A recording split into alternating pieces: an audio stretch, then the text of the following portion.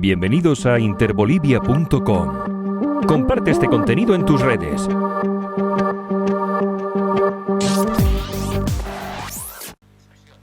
No es un momento fácil para el país, José, pero sí hay que señalar de manera muy clara que es un momento de conflictos creados y de conflictos generados con intencionalidades específicas. No es una situación de crisis del país. Fíjese usted que los pedidos, que hoy día los refleja el periódico El Deber, que son alrededor de 7 solicitudes o determinaciones que ha tomado el día de ayer el Comité Cívico o la reunión que se generó en Santa Cruz, no expresan lo que es una situación de crisis del país. El tema de la crisis sanitaria, el tema de la crisis económica han merecido respuestas, estamos saliendo gradualmente de ellas, el tema de la pandemia con mejores resultados, sin querer decir de que esto está concluido, porque estamos ahí siempre en riesgo de que una nueva ola se reactive, y el tema de la economía, que está encontrando un crecimiento importante en el país, generando actividad económica, generando empleo para los bolivianos. La crisis que tenemos hoy en día tiene un nombre, tiene un apellido, tiene un objetivo político, y no es producto de una situación de crisis estructural o de crisis sectorial de nuestro país. Cuando usted dice son crisis, ¿Es un momento de conflictos creados? Por ejemplo, lo de Adepcoca es creado. No, pero lo de Adepcoca no es una crisis estructural, Jimena, en el país. Es una crisis que merece respuestas, que a momentos uno puede señalar si fue pertinente o no determinado proceder. Ahí hay un conjunto de intereses de larga data también en esto. Adepcoca no es una institución de hace unos cuantos años, sino que surge desde 1983, tiene alrededor ahí de 38 años. Durante mucho tiempo ha tenido un actuar, de cierta manera podemos decir, con afinidades con el gobierno, y cuando se tuvo que reelegir directivas, etcétera, empezando por Franklin Gutiérrez, es que se producen un conjunto de conflictos que se vienen arrastrando desde entonces. Franklin Gutiérrez, la señora Elena Flores, Armin Yuta, etcétera, hasta Arnold Alanes ahora. Pero ese es un problema localizado, le quiero decir, que hay que resolverlo, por supuesto, y hay que bajarle los niveles de tensión, y hay que establecer mecanismos de diálogo como forma o metodología primera, pero es un conflicto localizado. Depende, José, cómo quiera entender uno la política y qué quiera hacer también desde la misma. Tratar de retener el mercado de coca con altísimos costos, y refiero costos en riesgo de vidas humanas, de afectación de la integridad de las personas, sean de un lado o del otro, pues no tiene un sentido fundamental para nadie, por lo menos no para la gestión de gobierno. Había el día de ayer una enorme cantidad de gente que fue para la retoma del mercado de la coca. Es prudente a momentos tomar decisiones de estas características, más allá de las interpretaciones que después algunos sectores y otros quieran realizar para envalentonar posibles o futuras acciones. Hay que precautelar también la vida de unos y de otros, también la de la policía. Es fundamental en las formas de gobernar, José, es fundamental de que se puedan desactivar los conflictos o que se puedan reducir los mismos a una mínima situación de potenciales enfrentamientos y daños que puedan existir. Esa es una manera también de observar y de mirar cómo debe ir el país. Le hago un cambio ahí para hacer el comentario, un cambio de territorial, si usted quiere. Hoy en día, con esto que ha anunciado el CONADE, el Comité Cívico Pro Santa Cruz, etcétera, de movilizaciones, de paros cívicos, de exacerbar nuevamente los ánimos, de incendiar las redes, porque usted sabe que todos tenemos estudios de esto, de incendiar las redes con un incentivo al odio, al enojo, a la polaridad social para ganar puntos políticos, para lograr el objetivo. Ese no es el país que verdaderamente tenemos que construir. Yo quisiera en este caso poder tener a cabalidad cuál es el criterio del ministro Reimi, el ministro de Desarrollo Rural, saber cuál es la dimensión de lo que ha señalado el señor Alanes ahí como conclusión de esa reunión, para poder ofrecer un criterio. De lo contrario, uno no tiene, por lo menos yo en este minuto sobre esa declaración, no tengo elementos suficientes. Mire, José, en la misma línea en la cual vienen trabajando, y yo se lo he dicho a ustedes, un ejercicio de libertad, tiene una intencionalidad, una forma subjetiva de mirar las cosas. Se quiere encontrar en lo que ha sucedido el día de ayer una derrota del MAS. Fíjese usted, José, también a colación de lo que dicen acá los medios, que desde hace mucho tiempo en el país se buscan elementos que puedan ser el portaestandarte de lo que debería ser el error histórico o la derrota definitiva del bloque popular. Hoy el bloque popular está en alianza indisoluble por hoy con el movimiento al socialismo. Esta es la forma en la cual el bloque popular en Bolivia ha construido su fortaleza. Y lo de ayer se quiere tomar como una derrota política que quiera dar muestra del inicio de la debilidad del gobierno del presidente Arce, de la estructura del movimiento al socialismo, de su capacidad de movilización, etcétera. Yo tengo ahí para decirle a usted que la visión es distinta, porque ADEPCOCA está en situación de conflicto con el movimiento al socialismo desde aproximadamente el año 2016 y no ha sido determinante en el resultado electoral de las elecciones del pasado año. No significa eso, no significa ello que no sea un conflicto que haya que darle una solución, y una solución que traiga tranquilidad a la zona, a la región, a los productores, en el marco de lo que señala la ley. De ahí en adelante, los medios tienen sus maneras de poder encarar y de poder mirar lo que es un determinado conflicto y un contexto. Perfecto. Vuelvo al tema del Le quiero agregar algo más. Porque el día de ayer yo leía un editorial del periódico El Deber, si mal no recuerdo era el día de ayer o de un día antes, y vuelve a la insistencia sobre el tema de la sucesión constitucional de la señora Áñez e incorpora en el titular, en el editorial, quiero decir, el argumento del Tribunal Constitucional, que ya todos lo conocemos, que ya sabemos que no tenía fuerza vinculante, que no fue una resolución, que no fue, una sentencia, una declaración constitucional, un auto constitucional, pero lo vuelven a incorporar. Usted puede decir, eso es desconocimiento de quien redacta el editorial, o es una intencionalidad de machacar hasta que finalmente pueda asentarse como una verdad reconocida entre determinado grupo por encima de lo que efectivamente ha sucedido. Pero eso como un paréntesis respecto a estos titulares.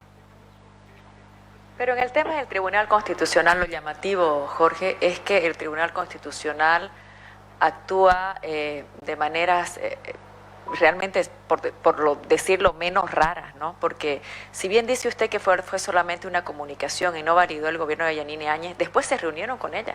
Después ella estuvo en los actos del Tribunal Constitucional, él estuvo en la inauguración incluso del año, si no me equivoco, voy a buscar ahorita la fotografía. O sea, de una u otra forma validó el gobierno de Yanine Áñez. Es que eso no es validación, Jimena. Eso no es validación, le explico por qué en mi criterio. Porque el comunicado intentó darle legalidad a un gobierno que no había conseguido la misma en la Asamblea Legislativa. Les faltaba quórum, interpretaron normas, interpretó la señora Áñez normas a criterio propio, y también el grupo que la acompañó hizo una interpretación de cuál era la lógica o la forma de aplicabilidad que tiene la sucesión presidencial, y estableció un comunicado. Fíjese usted que después de ese comunicado es un conjunto de personalidades quienes caminan con ese argumento. El señor Quiroga, el señor Doria Medina. El otro día lo escuché en una entrevista, en una barricada de María Galindo, al señor Brockman, que también argumenta que el Tribunal Constitucional le confirió toda la legalidad que requería, y así hay otras personas que hacen referencia a aquello. Esto que estuvo construido y que estuvo impulsado, no construido, impulsado desde la corporatividad mediática a la que yo siempre me he referido, pues generó esa confusión en las horas inmediatas mientras la señora Áñez tomaba el control del poder. Ya después, el país tenía una crisis, tenía una presidenta que finalmente en medio de todo el desastre legal, constitucional y político que estábamos viviendo, que finalmente tenía que convocar a elecciones. Y los países, Jimena, siguen funcionando y buscan mecanismos para poder encontrar salidas por la vía institucional, constitucional también, y resolver esos problemas. Entonces la señora Áñez estaba ahí en la foto, en un acto protocolar, pero esa presencia no significa avalar. Y por supuesto que ella asistía con mayor gusto todavía porque necesitaba cierto reconocimiento o sentirse validada. Pero las validaciones en estos casos son a través de las normas y de la ley. Hay otras validaciones que son de orden político, pero en este caso era a través de la ley, y el Tribunal Constitucional no se expresó por las formas en las cuales la norma y la Constitución dicen que lo hace. Hay que ver cuál es la magnitud del paro, José. ¿Cuál es la belicosidad con la cual quieren instalar el mismo? Posiblemente la belicosidad en esta etapa no será mayor porque es un primer paro y necesitan mostrar a la ciudadanía, al mundo entero, al país, al resto de nuestros departamentos, básicamente, que se quiere realizar una protesta pacífica. Esa es casi la constante y la característica. Y después veremos cómo opera Santa Cruz, que es donde está el centro de la mayor preocupación de este conflicto, cómo opera Santa Cruz en lo que hace a la libertad de transitabilidad.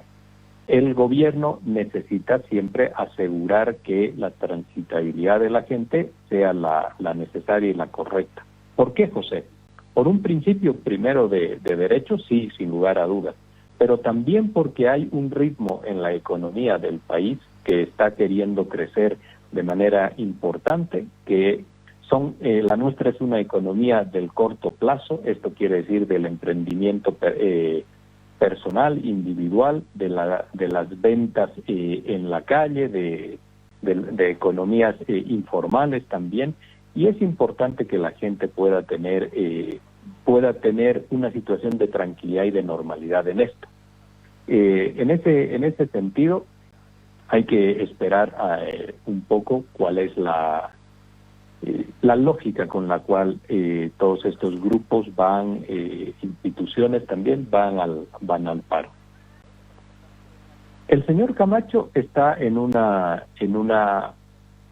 línea política de confrontación, de despreocupación de lo que es la gobernación. Su gestión no acredita iniciativas importantes, visiones del departamento tampoco que puedan ser interesantes para el desarrollo de Santa Cruz. Es una gestión bastante opaca en ese sentido, pero detrás de ello existe una preocupación latente que debe resolverla en su interés personal, que es buscar la impunidad sobre lo ocurrido en noviembre de 2019. Ahora la estrategia enfoca todo hacia Evo Morales. No hay nada de lo que haga el señor Camacho que no responda a una línea que está guionizada ya con anticipación, y ese es su camino a seguir. ¿Por qué establecer una polaridad con Evo Morales? Porque ello le dio fortaleza en noviembre de 2019.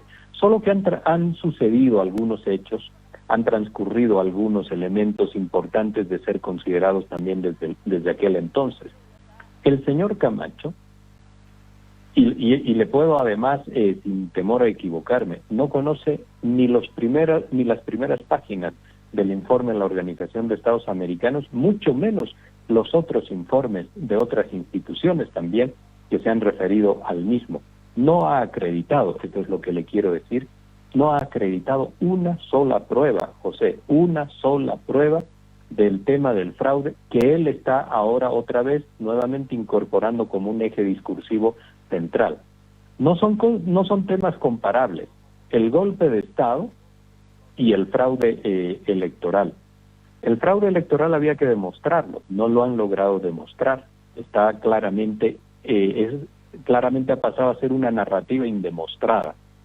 Y el golpe de Estado ha tenido efectos en nuestro país absolutamente sensibles.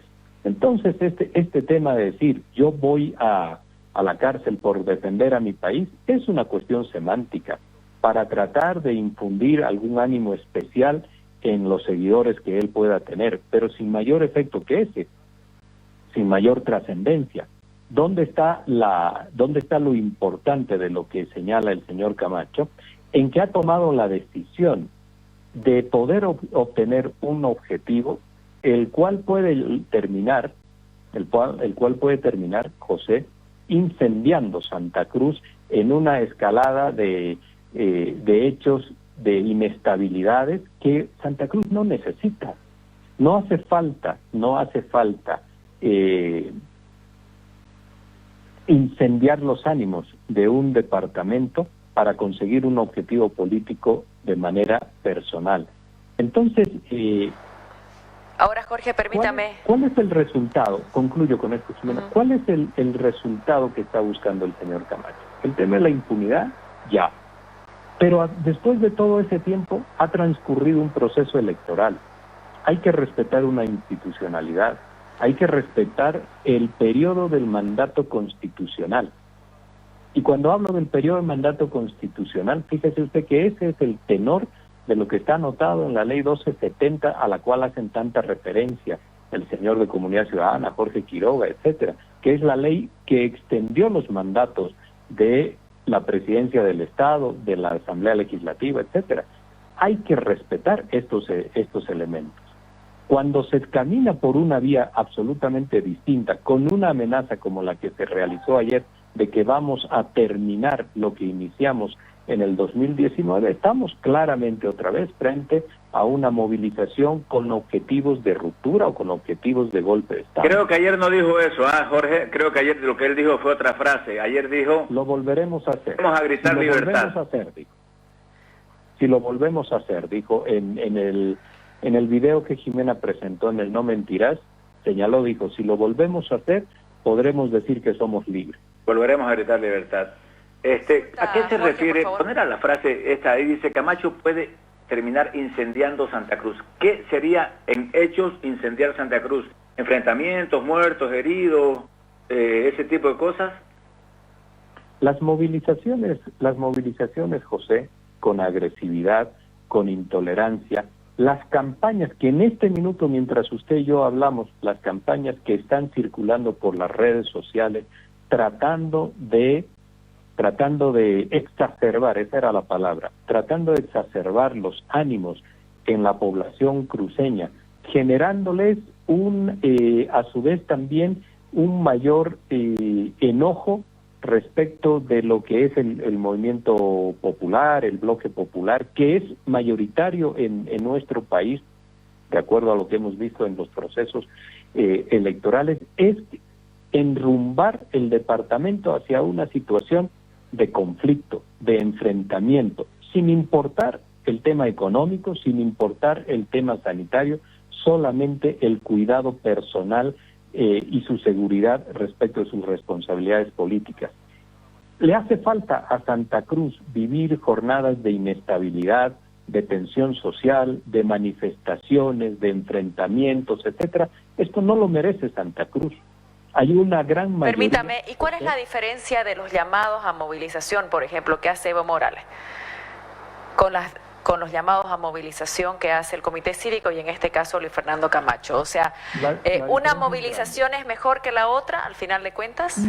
No hay movilizaciones mejores que las otras porque el país necesita tranquilidad, Jimena. Pero fíjese usted que en el punto número 5 que rescata el periódico El Deber dice: cívicos, CONADE y plataformas asumen medidas que buscan la reivindicación de las libertades, marchas, movilizaciones, huelgas. Ese pedido quiere decir, señores del Estado, si no nos otorgan la impunidad, la amnistía o el olvido sobre noviembre del 2019, entonces las marchas, las huelgas y las movilizaciones serán indefinidas e inacabadas, porque ellos quieren posicionar de que esto es un tema de rescate de las libertades y es un tema de justicia. Fundamentalmente es un tema de justicia. En ese sentido, las marchas son una expresión, en política se lo observa así, son una expresión de muestras de fuerza, porque si la marcha es multitudinaria, usted un día después, Jimena, va a armar un programa, porque eso se va a convertir en un hecho noticioso, y la contraparte, en este caso el gobierno, si no ha tenido ningún tipo de apoyo, pareciera que va perdiendo fortalezas, legitimidades, etcétera. Entonces, son pulsos políticos en las calles. Acá le quiero dejar una mirada. Los pulsos políticos en la calle, después de la crisis que ha tenido nuestro país, esta crisis multisectorial en tantos ámbitos, muy crítica, esto es lo que el país necesita. Ya hemos dado una solución primera, no definitiva, al tema de la polaridad social en Bolivia, que ha sido las elecciones.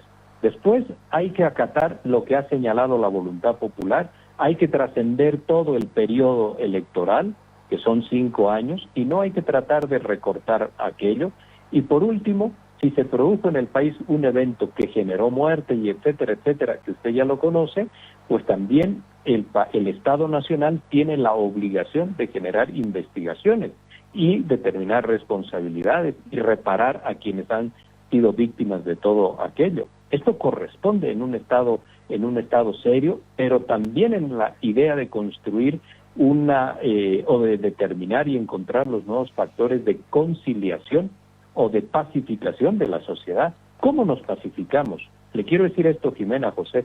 El mayor problema de los bolivianos no es ni siquiera la economía, no es ni siquiera la crisis sanitaria que nos ha afectado, es el tema de la polaridad social, el enfrentamiento entre bolivianos. Y estas actitudes no llevan a poder tener una visión ni siquiera menor. Y esto, por ejemplo, que está convocando Evo Morales, pacificar el país. Dice, el Estado Mayor del Pueblo y para el pueblo declaró, dice, hoy en conferencia de prensa, estado de emergencia y movilización este 12 de octubre, a horas 10 en la Plaza San Sebastián de Cochabamba, en defensa de nuestra revolución democrática, lucho presidente y en desagravio de la Huipala. Eso, Jorge. Esa es una respuesta también a las movilizaciones que se van a generar el día 10, pero básicamente yo creería que es una respuesta, Jimena, a las palabras del señor Camacho, a esta amenaza latente de querer reeditar noviembre del 2019, como lo expresó ayer y como lo ha expresado también en horas pasadas en sus redes sociales. Por supuesto en el desempeño de las funciones, pero también en las miradas personales. Yo no le esquivo a las entrevistas ni a salir a debatir, ni mucho menos, porque tengo una fuerte convicción de lo que le estoy diciendo. Una fuerte convicción en los temas grandes, hablemos, el golpe de Estado, el no fraude, la no sucesión constitucional, el gobierno de facto de la señora Áñez, y lo puedo discutir y puedo argumentar, y conozco a cabalidad toda la narrativa del tema del fraude, los documentos que se han tenido en el país, los conozco a detalle, desde el momento en que salieron hasta la fecha. Ese es un ejercicio que requiere, por supuesto, tiempo, pero en la gente creemos, esa es una debilidad instalada. Repetir y decir hubo fraude monumental y después no poder acreditar nada más es una debilidad instalada. Y hablar del golpe de Estado, de la movilización y de referirse que aquellos fueron unos días hermosos, etcétera, esa es una debilidad instalada. Y la ausencia que usted tiene de la gente es porque no tienen formas de defender. Yo a eso en mi libro le he llamado, José, la derecha insustancial. No tienen formación política, no tienen conocimientos, no tienen capacidad analítica y mucho menos consistencia política e ideológica, así sea de derecha. Hay muchos autores de derecha que han dicho cosas interesantes, uno no los comparte, pero lo han expresado y lo han escrito. Ellos tienen un vacío profundo en este tema. Esto ha sido todo por hoy. Espero que te haya gustado. Compártelo y deja tu comentario. Te recomiendo estos vídeos.